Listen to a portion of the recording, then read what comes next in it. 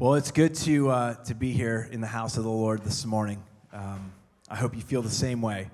I hope you feel just the presence of community when we enter this room together. That it's not just an emotional feeling that you get, but that you understand that when you come into the house of God, that when we gather together, there is this presence that's with us in the room. And, one of my mentors, Pastor Kerry Willis, he was very big on talking about presence. And he was also very big on, no invisible people, that our job as we go and make disciples, our calling is to make sure that no one is left behind, no one's left out of the gospel, that those who are in the far reaches, those who are in the shadows, that we wouldn't overlook them when we talk about bringing the gospel of Jesus to our world. That's not a good segue to what I'm getting into. I just had that thought on my mind this morning. Pastor Kerry is a really great mentor and a great friend of mine. And I'm just grateful for the lessons he's taught me about presence. But we're going to talk about something very unique today. I want to start off by letting you know something about me. I love hiking. I love being outdoors. I love running, but I really love hiking. My dad got me started with hiking when I was a kid. I remember growing up going to places like Nolde Forest and Ricketts Glen. And, I've had the opportunity to take my wife and my daughter to both of those places. But a lot of times I like solo hiking because I go places that they will not go.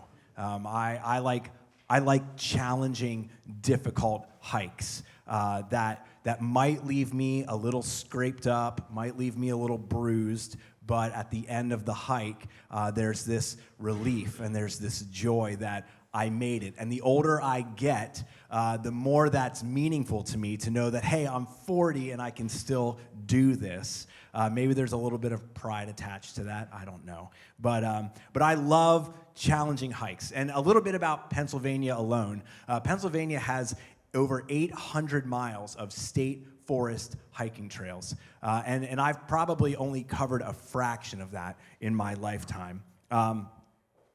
There are, the one trail is the Mid-State Trail. It's about 325 miles long. It's rugged, it's rocky, it's dangerous, and then you can have trails that are like a mile-long loop. But whatever it is, like I enjoy just getting out there, and I enjoy the challenge of the hike. I also enjoy difficult hikes that have something worthwhile at the end of it. So last Friday, I was at Hawk Mountain Sanctuary. It's a little bit north of Hamburg. And this is the view when you finish the loop trail. This is called the South Lookout. And I had gotten to see this view after finishing not a very long hike. It was about 5 miles. But it was a hike that involved scrambling. And scrambling is like junior rock climbing. And so there's 2 different points on this trail where the blazes, what mark the trail to let you know you're going the right way or the wrong way. There's 2 different spots where the blazes go straight up a rock wall for about 30 feet. And so I've got to, climb and use my hands and pull myself up and get to these places. And so, it's one of those trails that I was proud of myself that, hey, I still got it. I can still do this. And it's one of those hikes that, like, you feel it the next day. And in my case now, I feel it the next day and the next day and the next day for a good week. But this is what I love about hiking is what does it offer you? When you get to the end, what's there waiting for you? See, when you go and you set out for a hike, you don't just get up, and you don't just go out and do it. depending on where you're going and depending on the conditions, you have to prepare for it, right? You have to wear the right shoes. You have to wear the right clothes. I just had a conversation with Crystal on Wednesday, though, and she says she wears Hey Dudes when she goes hiking. That's crazy. But I don't wear Hey Dudes, but I do wear shoes with good support, right? You definitely need water. You might need some food. Depending on the conditions, if it's swampy or very wooded, then you've got to bring stuff to defend yourself against Satan's insects, right? And mosquitoes love me. So I've got to be prepared for all of those things. It takes preparation. And one of the things about hiking is that you have to trust where the trail is taking you. You don't get to see all of the hazards along the way, right? You approach them as you go about the hike. You have to trust that when you get to that hazard, that there's a way through, that a way through has been made for you to get through that hazard and continue on the path. You have to trust that the blazes along the way are clear enough and consistent enough that you don't wander off somewhere and now all of a sudden you've lost the trail and you can't get yourself out of the wilderness. And when you reach the end of the trail, you can look out and you can look back and you can take a moment to reflect and take satisfaction in the journey. I want to ask you to turn with me in your Bibles this morning to Joshua chapter 3. And in the opening chapters of Joshua, we see that the Israelites' time of wandering through the wilderness is finally coming to a close. See, the Israelites, after being led out of Egypt, they would have been in the promised land much sooner than they actually had reached it in. But because of their lack of trust, because of their rebellion, because of their grumbling, because even though the blazes were pointing them in the direction that they were supposed to go, they didn't trust it. They got lost in the wilderness. And they circled for 40 years. And they lost a lot of people along the way because of their rebellion, because of their sin. But now, their time of wandering is finally coming to a close. Joshua has taken over for Moses, who himself was not allowed to enter into the promised land. And now the reality for the rest of the Israelite nation was coming to fruition. But they had one obstacle still in their way before they reached the land of Canaan. And it's the Jordan River. Now, most of the time, the Jordan River is only about 3.5 feet in depth. It's not very wide. It flows nice and calm. But in the springtime, when it's time for harvest and the rains come, the Jordan River actually gets really deep, really wide, and really fast. And so at this moment, as the Israelite nation approaches the Jordan River, it's the flood stage, it's springtime, it's harvest. And so at this point, at this juncture, where they've reached the river, it's 10 feet deep, it's 100 feet wide, and it says the waters are turbulent. But God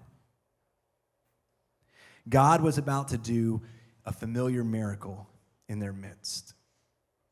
So let's read together this morning. Joshua 3, starting at verse 1. Early in the morning, Joshua and all the Israelites set out from Shittim and went to the Jordan, where they camped before crossing over. After 3 days, the officers went throughout the camp, giving orders to the people. When you see the ark of the covenant of the Lord your God and the Levitical priests carrying it, you are to move out from your positions and follow it. Then you will know which way to go, since you have never been this way before. I want you to take a moment. If you're someone that underlines or highlights in your Bible, I want you to highlight that line. You have never been this way before. Let me read that verse again. Then you will know which way to go, since you have never been this way before. But keep a distance of about 2,000 cubits, that's about a half a mile, between you and the ark. Do not go near it. Joshua told the people, consecrate yourselves, for tomorrow the Lord will do amazing things among you. Joshua said to the priests, take up the ark of the covenant and pass on ahead of the people. So they took it up, and they went ahead of them. So here we are at the bank of the Jordan River, and it's time to move. And maybe the people there were wondering just exactly how they were supposed to move with this massive rushing river standing in their way. But Joshua's instructions from the Lord were clear that when they see the ark move, they are to move out of their position and move with it. Now we need to take a moment and think about this.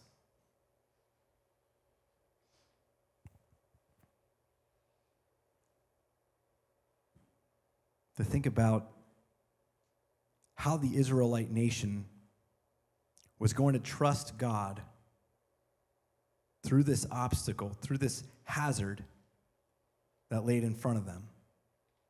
Because at first glance, there isn't a way through this obstacle. There isn't a way across this river. And they don't have the plan spelled out for them.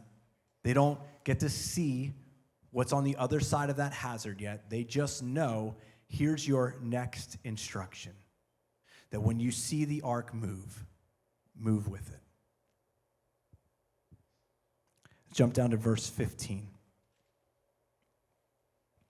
Now the Jordan is at flood stage all during harvest. Yet, as soon as the priests who carried the ark reached the Jordan and their feet touched the water's edge, the water from upstream stopped flowing.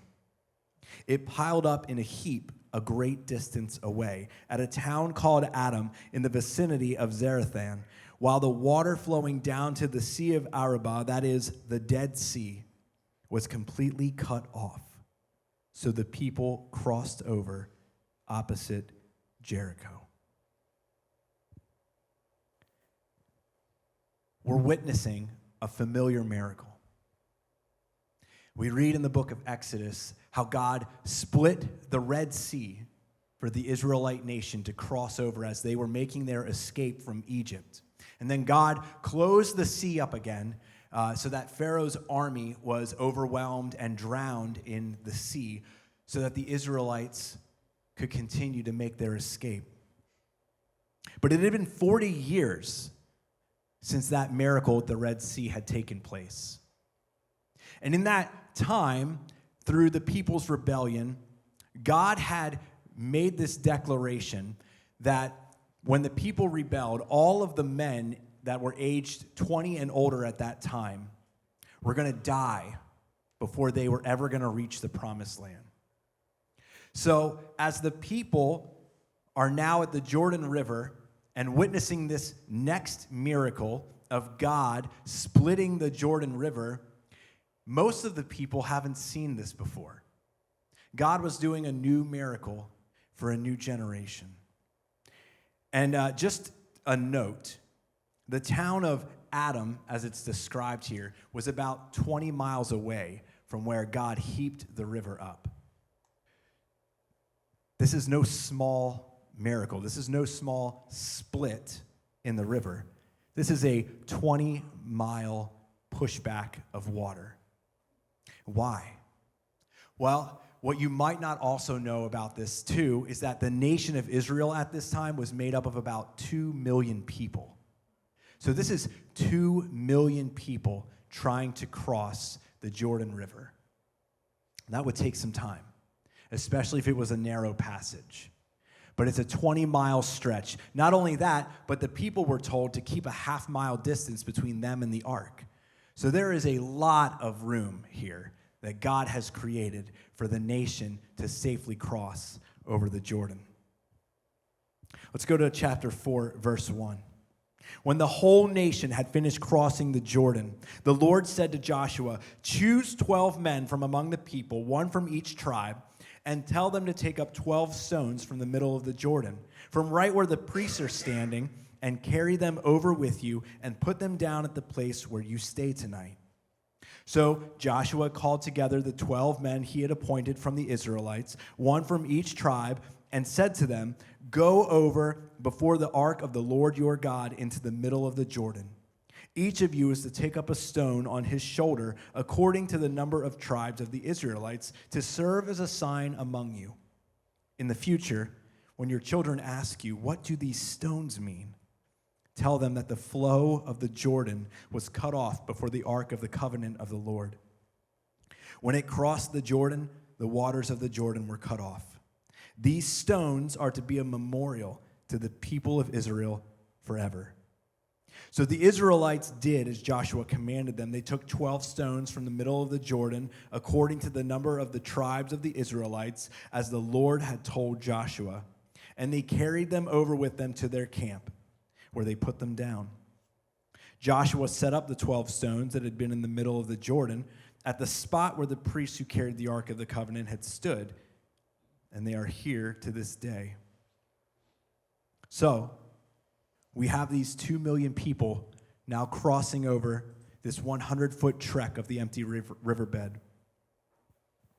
Now, it's interesting to note that it says the men of the tribes of Reuben, Gad, and the half-tribe of Manasseh crossed over, and they stood in front of the rest of the nation ready for battle. And there was about 40,000 men that were ready for battle from those 3 tribes.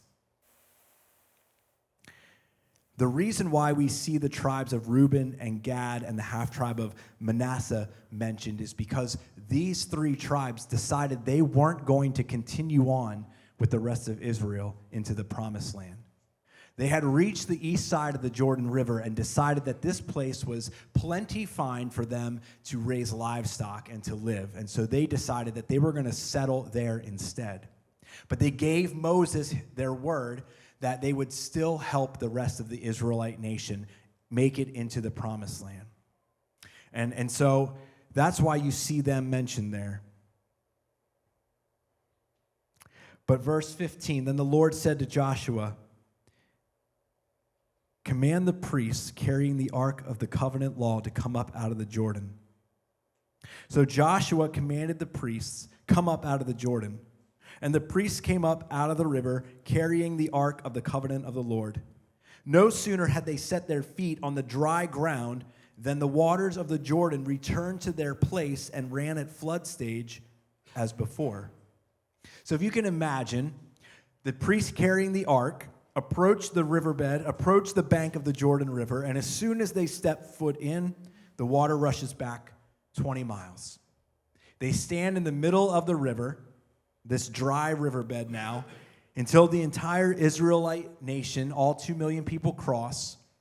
And then they get to finish crossing themselves. And as soon as the last priest steps foot back on the bank of the west side of the Jordan River, 20 miles of water come rushing back down. And the river's back at its flood stage again. I can't imagine that scene. I can't imagine maybe what the priests carrying the ark were thinking, standing in the middle of that empty riverbed, maybe waiting that any second now, that water was going to come rushing back and just wash them all away. Maybe they trusted God.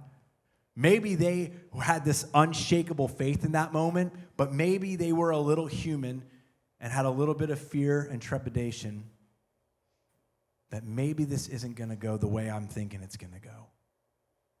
And maybe when I read this story, maybe when I read about what's happening here, maybe I've found myself in my life in a place where I find myself in the midst of God doing something, but yet the human side of me, the flesh side of me, still wants to doubt what I'm seeing, still wants to doubt what God's doing, still wants to doubt the miracle that's taking place.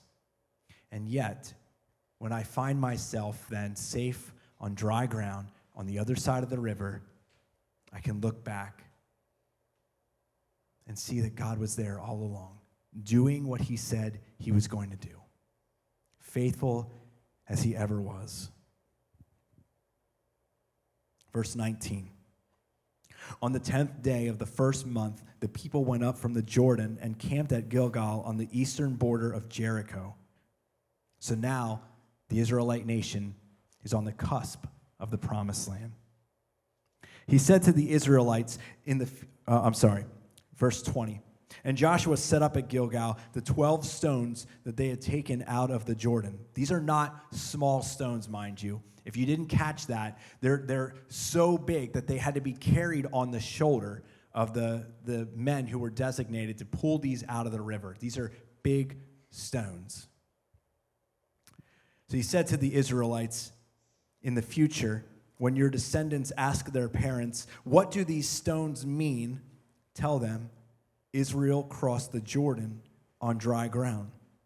For the Lord your God dried up the Jordan before you until you had crossed over. The Lord your God did to the Jordan what he had done to the Red Sea when he dried it up before us until we had crossed over. He did this so that all the peoples of the earth might know that the hand of the Lord is powerful, and so that you might always fear the Lord your God. So these standing stones that they set up at Gilgal became a memorial to the people, not just for that generation, but for all generations to come, that when they crossed that way, when they came into that place and they saw these 12 standing stones set up, they could ask, what do these stones mean? And they would be told, this is a representation, a memorial to the faithfulness of God.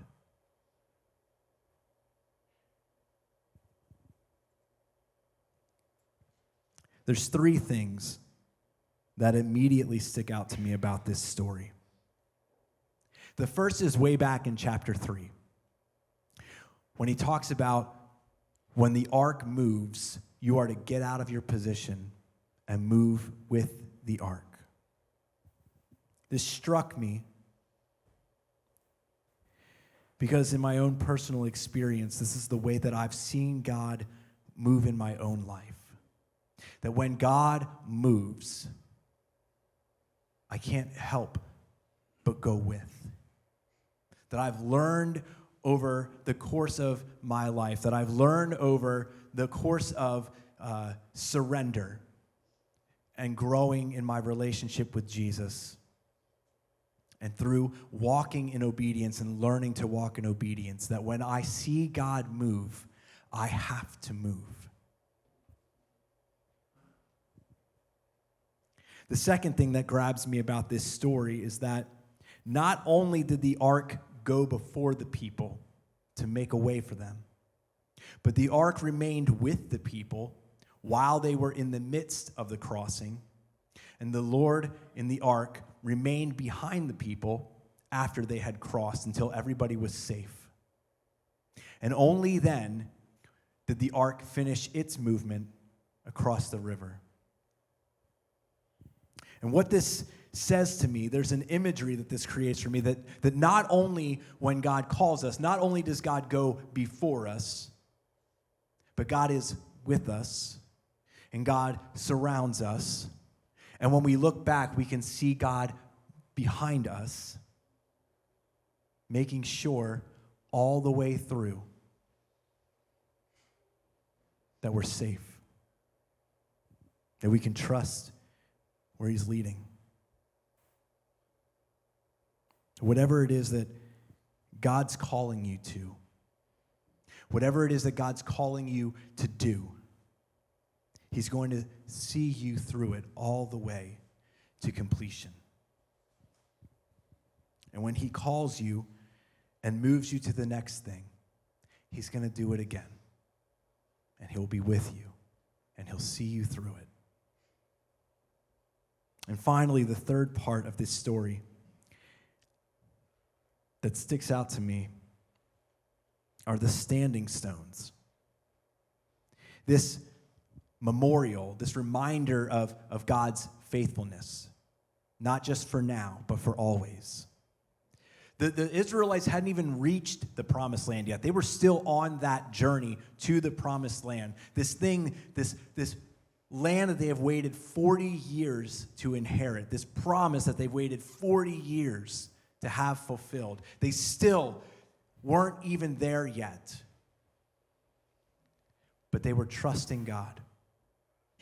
And these standing stones weren't just a memorial. They weren't just for that moment to be reminded of what God did, but it was a motivation. It was to serve as a motivation for what God has yet to do and what God will still do. Because when we look back on the things that God has done in our lives, it's not just so that we can see, oh yeah, that was really good. God did a really good thing then. When we look back on the things that God has done, it's to motivate us, to remind us that there are still things that God has yet to do, and we can trust in his faithfulness because we've seen it. And we know that we'll see it again.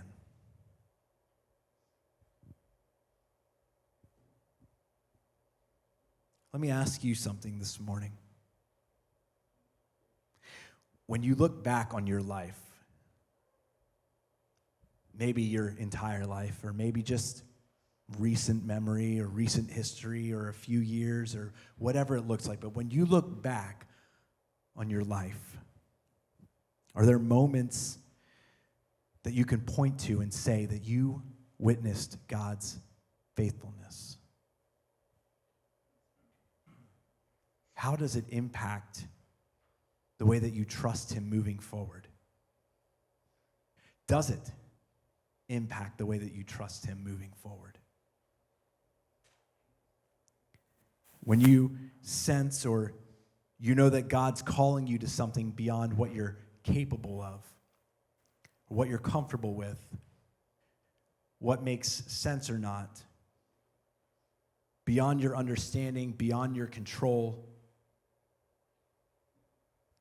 do you try to shut it down and put it away, or do you lean on the past faithfulness to know that the future of God's faithfulness is sure? And that you can boldly step forward and know that whatever he's called you to, he'll lead you through.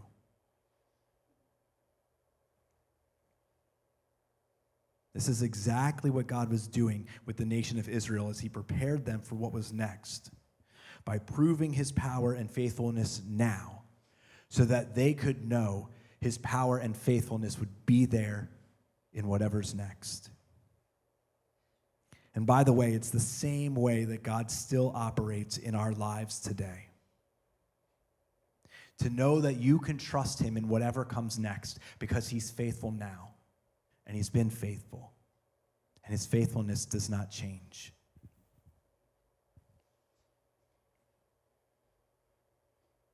I'd like to pause here for a moment and pray with you. Father,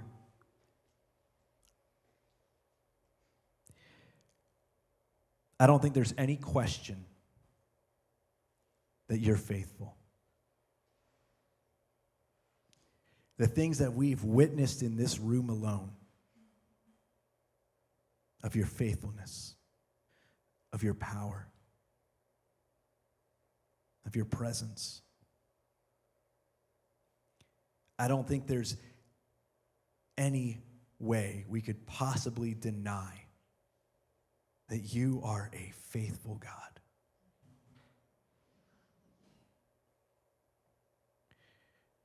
God, help us to stand on your faithfulness.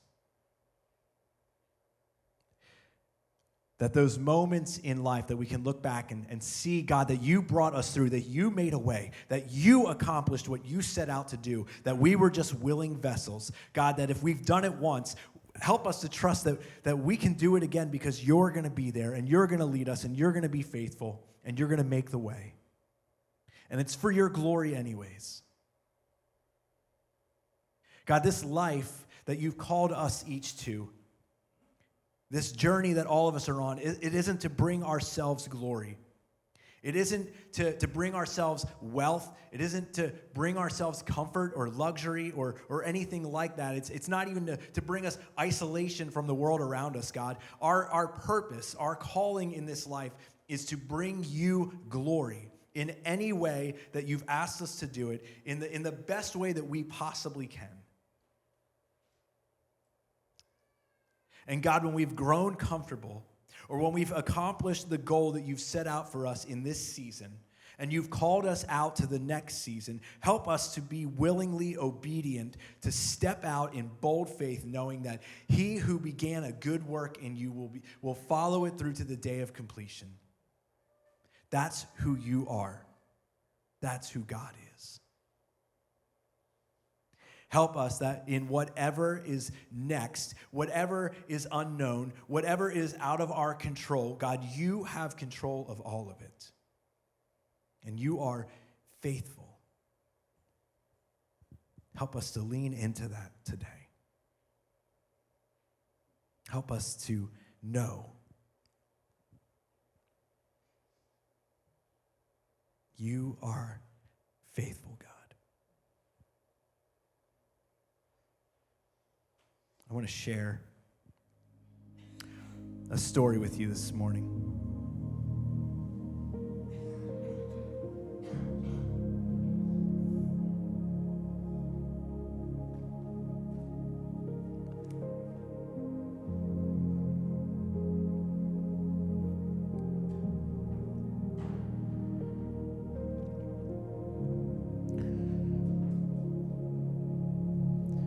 Over the last 16 years, I've gathered my own standing stones.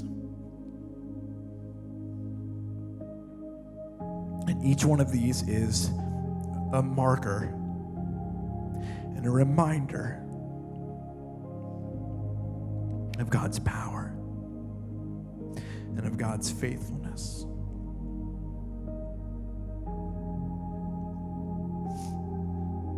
I want to share what these stones mean with you this morning, if you'll bear with me. This is April 4th, 2010. I've shared this story many times. This is the day, Easter Sunday, in a small church in Arizona where God changed a rebellious heart. That I, in that moment, surrendered and stepped into the life that I was called to step into. It wasn't perfect, it's still not perfect. There was a lot of things along the way that God had to do. A lot of surrender came from this stone. But it was a moment nonetheless when God changed the trajectory of my life.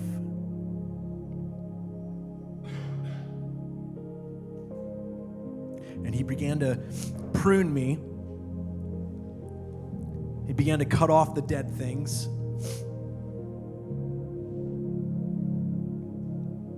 And he asked if I was ready to stop running, and I said yes. And I said, with the expression of my heart in that moment, whatever it is, God, that you're calling me to, wherever it is that you're calling me to, it's a yes. And from that moment, everything changed. I jumped in with both feet, and God took me on a journey that I would have never have believed, that I would have never seen coming. I was in a career that I loved, in a place that I loved, surrounded by people that I loved. And God asked if I was willing to surrender all of that so that he could continue to do a good work in me, to trust that he would see it through to completion. And so Jess and I sold almost everything that we had so that we had enough money to move back across the country and step into a life We had no idea what was ahead or how it would look or how we would even manage financially, but we trusted that the same God that spoke to us in the back of that sanctuary was the same God that was going to keep surrounding us as we stepped through whatever hazard was in front of us so that we could continue forward on the path that he was laying.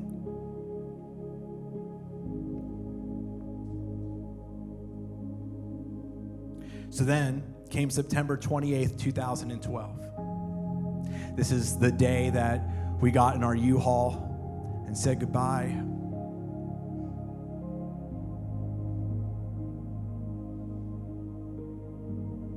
To the life that we thought we were building.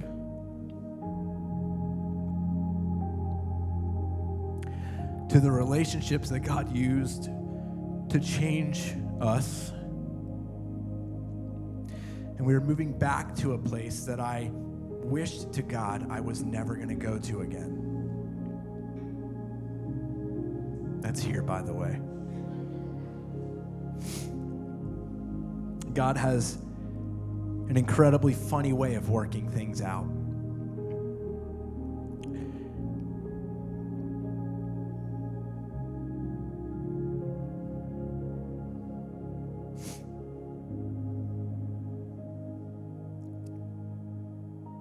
In October of that year, I got a call from the pastor of this church asking if I would be interested in auditioning for a new service that they were going to be launching in Easter of the following year. That they wanted to have this contemporary service, and they had heard some things about me and the things that I was doing in Arizona and the way that God was moving in my life, and they took a chance. And so I called some friends up and got my old bandmates back together from when I was a youth and prepared a couple of songs and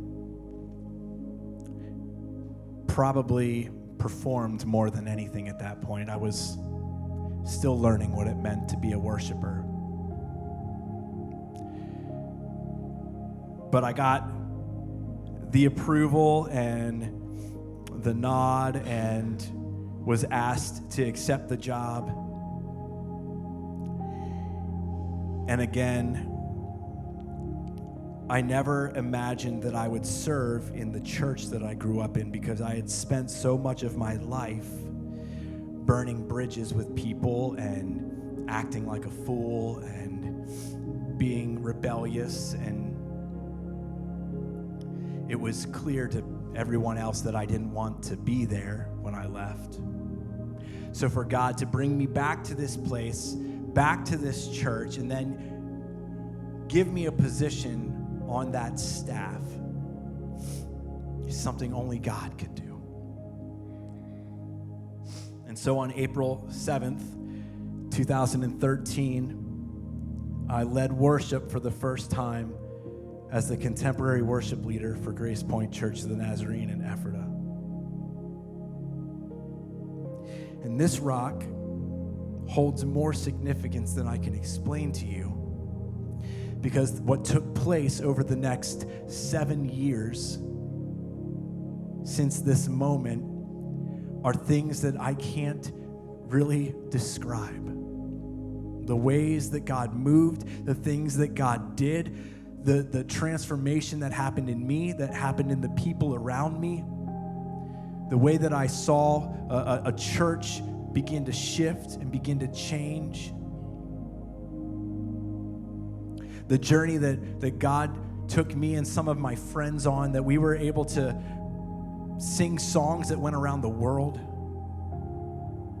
that are still going.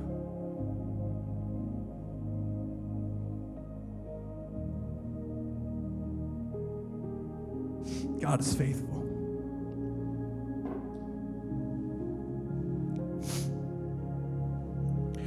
On December 15th, 2016, I graduated from Lancaster Bible College. And as someone who couldn't have cared less about school, in fact, I used to brag to people how I missed 31 days of school my senior year and still graduated because I had a teacher that decided not to report that. To then become a college graduate is a miracle. And the things that God taught me about worship and about who He is and His worth over these 4 years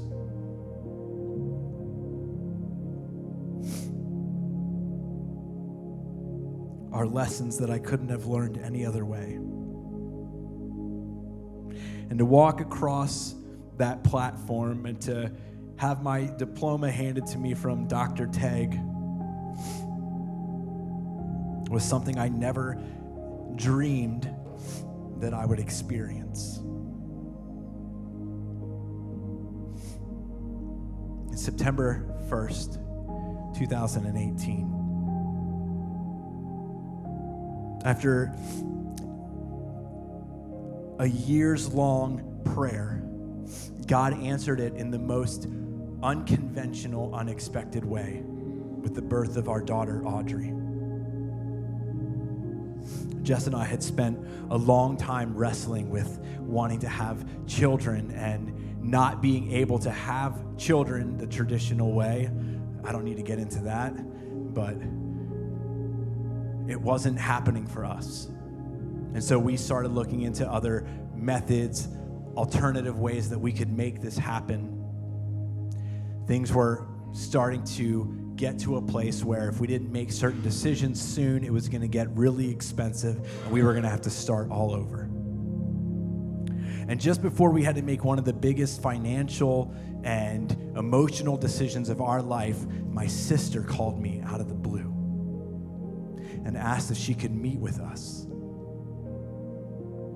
And my sister has not had a very glamorous life.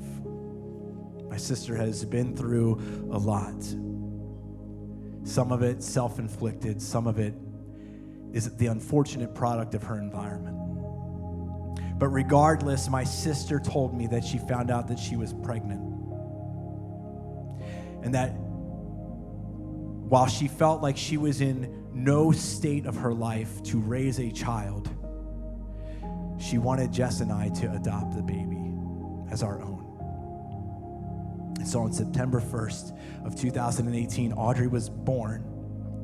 And from the moment she was born, we held her in our arms, and she was our daughter.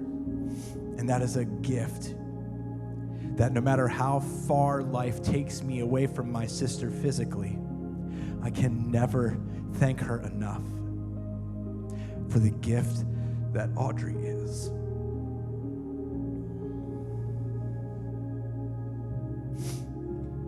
I have to be reminded of that often.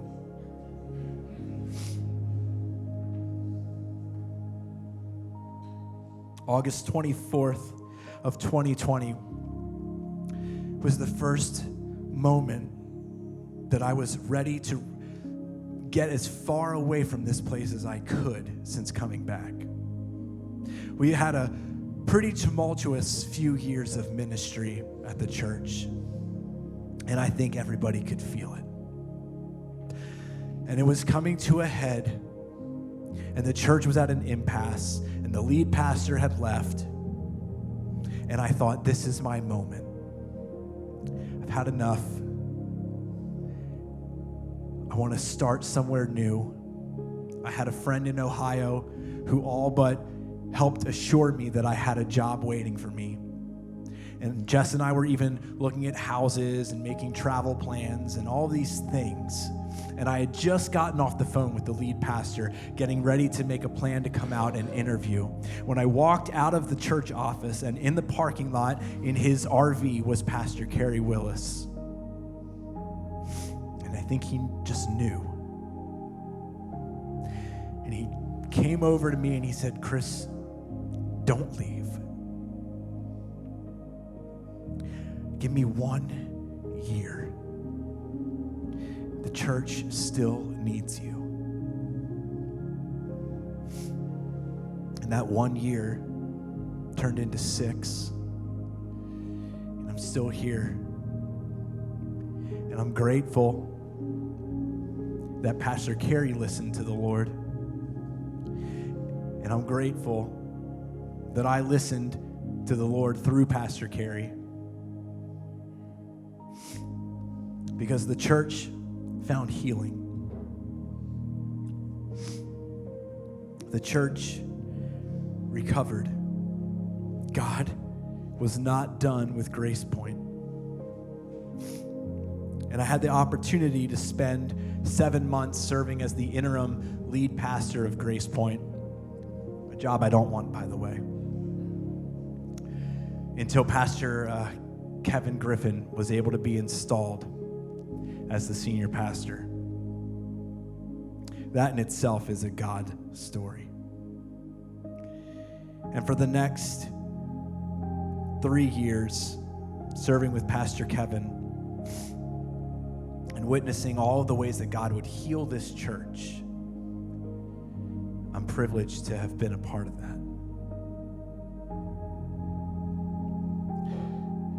October 10th of 2021, this is my first Sunday as the Lebanon campus pastor. Again, something I wanted nothing to do with. I saw this campus from afar, and I saw what was happening, and I saw what I had at Ephrata, and I didn't want to let that go. To come up here to a place that my perception was not good, that my perception of what was happening here was that maybe it was better off letting it go. But I sat in a board meeting one night and listened to that guy right there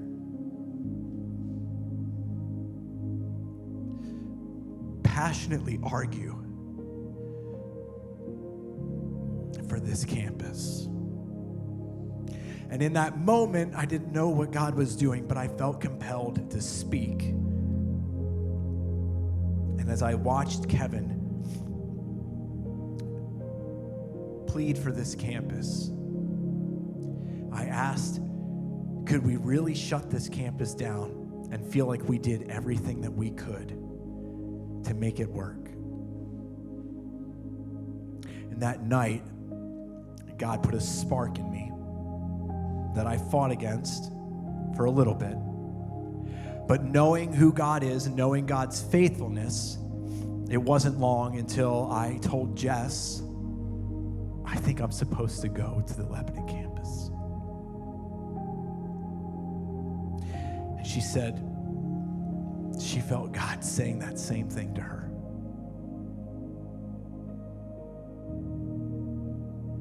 And I walked into Kevin's office and I asked him if he would love me. And I told him that I'm leaving him.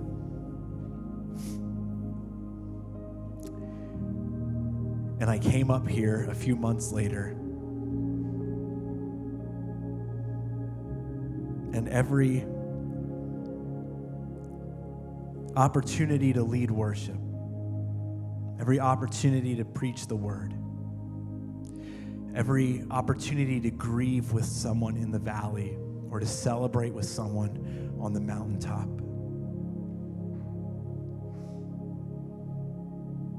to every person who stepped into a relationship with Jesus, to every person I had the privilege to baptize, and everything in between has only been possible through all of us walking together in obedience for what God has for this campus and trusting in his faithfulness.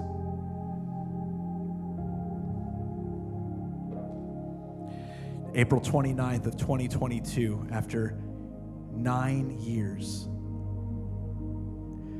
going through college, going through ministry, taking 13 extra college courses to satisfy the denomination. After countless ups and downs of life, after countless miracles, miracle after miracle after miracle, I was ordained in the Church of the Nazarene.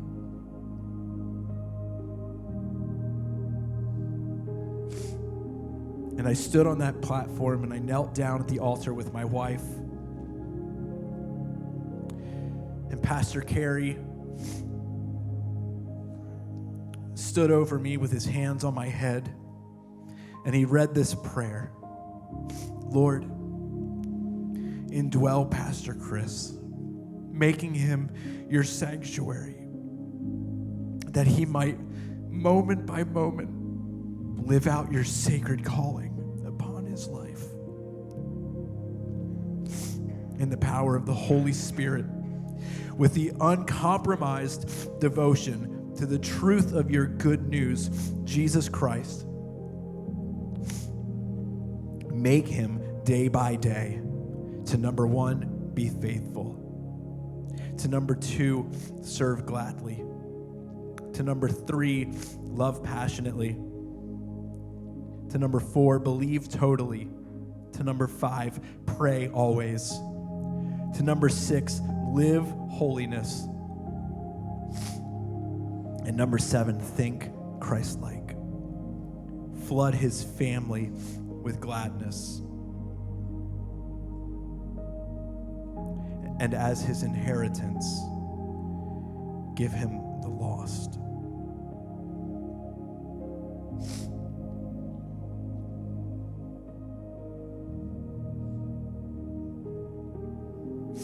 And even now, my pile of standing stones continues to grow.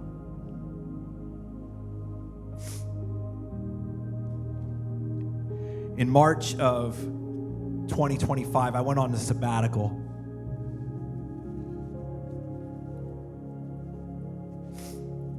It was long overdue, but I was grateful for it nonetheless. And while I was on sabbatical, I had this idea that I would write a book of all of my experiences in ministry to this point. You know, God had pruned me and changed some things about my life, had changed my perspective, had changed my theology, had changed my understanding of what worship is and why it is that we get together on a Sunday morning and I stand on this platform and I play my guitar and I sing songs and we gather together and what do all of those things have to do with God's glory? And as I poured out into those pages, God was walking me back through each standing stone along the way. And I took some time to grieve. Because up to this point in ministry, I've just felt like I was constantly on the go. That I was constantly trying to meet other people's needs, that whatever my needs were in that moment were less significant because somebody else needed me to be present, needed me to be ready. And so for years, I would just suppress the valleys that I had to walk through so that I could be present. That's not for you to feel sorry. That's just the way ministry is. And so I finally had this opportunity to grieve. And through my grief, looking back over the things God asked me to surrender, God took me to a place in the New Testament where he talked and showed me Jesus in the Garden of Gethsemane. And that Jesus, for all that he had experienced, for all who he was as the Son of God, knowing what he came here to do, had a moment where he was allowed to grieve. And in that grief, he still said, "Yet not as I will, but as you will." And God asked me in that moment, as I went through these moments of surrender, Chris, when the time comes, will you once again be willing to enter into the press? Will you once again come to the place where you will surrender to me? Will you surrender the Lebanon campus to me? And that time for that surrender came in the fall of 2025. And once again, like so many times before, I could feel the Lord, could sense him shifting my heart and pulling my desire in a different direction. And just like all of the other previous times, Jess too could sense the Lord moving her life and moving us together. It was clear that regardless of where I was going, the ark was moving. And it was time for me to step out of my position and follow it. And while it took some time to see where the ark was moving to, through that time, I have continued to strive to walk in obedience to the Lord's leading. And as a result, on Tuesday, March 3rd, 2026, I re-enlisted in the military as a member of the Air National Guard.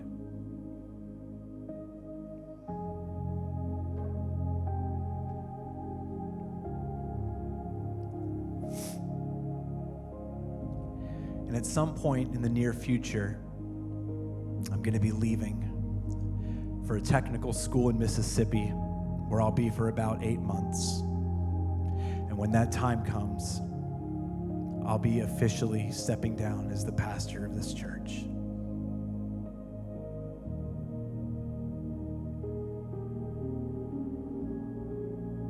I have a great peace, and I take great joy in God's faithfulness.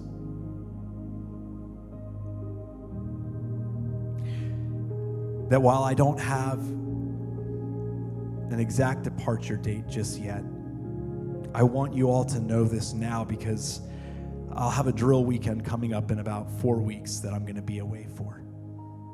And I want to be transparent with you, and I want to be able to share those things with you and to celebrate those things with you and to celebrate what God's doing. Because God is doing a new thing. And while I'm stepping back into a world that I somewhat recognize, it's a world that no longer recognizes me. See, because nearly 20 years ago, I ran away from this place. I joined the military as an escape. And now I step back into that world as a missionary to a mission field. And God has drawn my heart to a place to come alongside of people who are walking in darkness. And I know from experience that the military is a world full of darkness. And I've witnessed his faithfulness.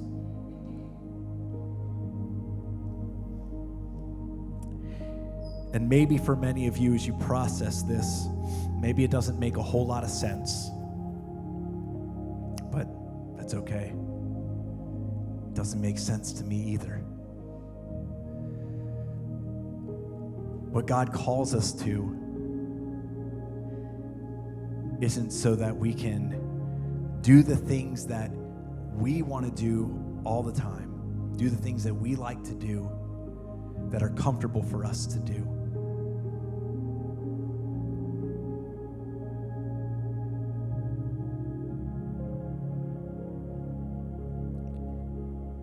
In my spirit, I couldn't be less surprised about what God's doing.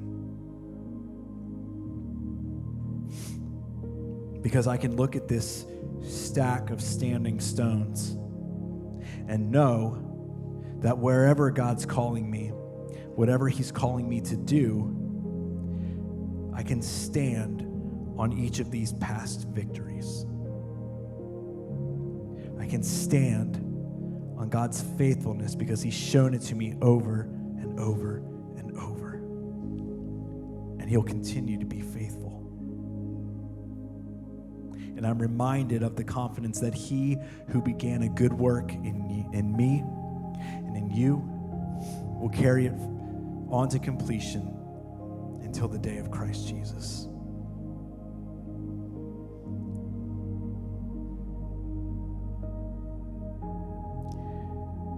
These last 13 years of being on staff at Grace Point and the last 4.5 years of being the campus pastor of this church have been some of the most transformative and greatest years of my life.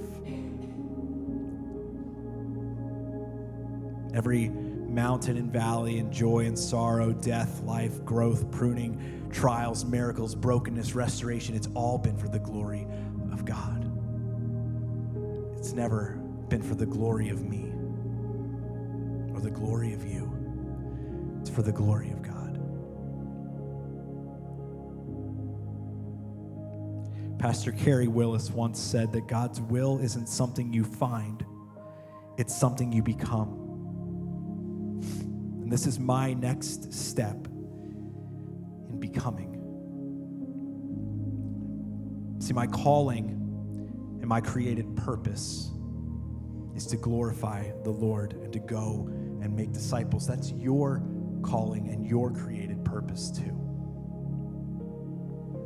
The method and the location of that calling might change, but the call remains the same. Church, do not neglect the call.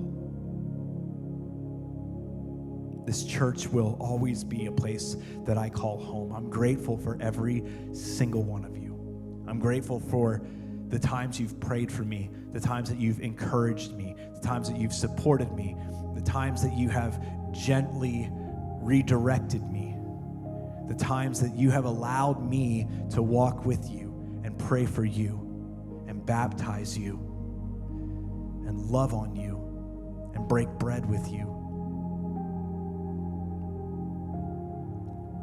But while I'm called to do the work elsewhere, there is still much work to be done here. And I know God is already preparing the next person to step into this role and to continue to lead this church for God's glory and for your good, because I've witnessed it.